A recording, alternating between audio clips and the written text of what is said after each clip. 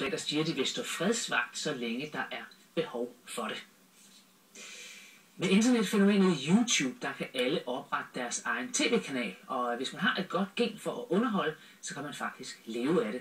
Det er der masservis af mennesker over hele verden, der allerede gør, og det er også ambitionen for 22-årige Philip Madsen, der på bare et år har fået så mange seere, at hans YouTube-kanal er en af de største herhjemme. På første sal i en lille landsby på Vestjylland sidder en 22-årig mand.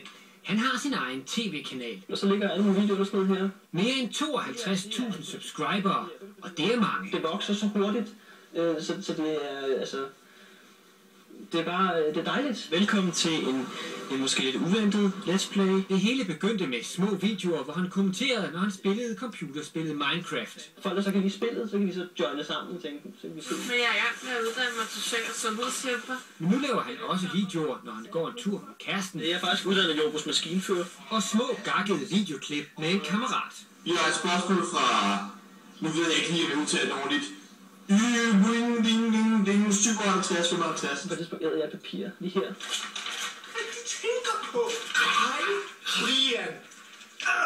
Men det er simpelthen bare det handler om, at jeg prøver at lave en sjov video, prøver at underholde folk. Jeg kan godt lide at underholde folk.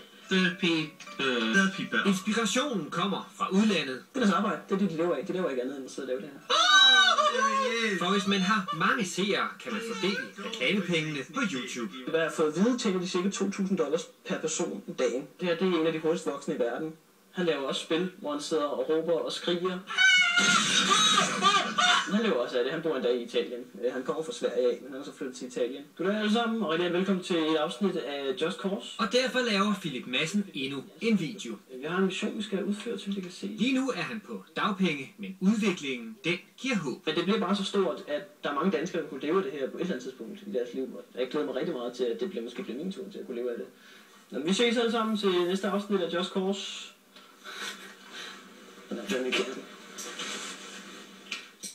Og efter vi har lavet de her optagelser, er antallet af Philip Madsens subscribere vokset, så han nu næsten har 60.000 seere til sin kanal. Det var jo ham selv, der skrev herind og bad os sætte fokus på YouTubes mange private tv-programmer. Hvis du har noget, du gerne vil have, vi ser på, så send en mail til vores kontaktreaktion på 1234 @tv2.dk. Og så var der spænding i sporten her til aften, Nadja.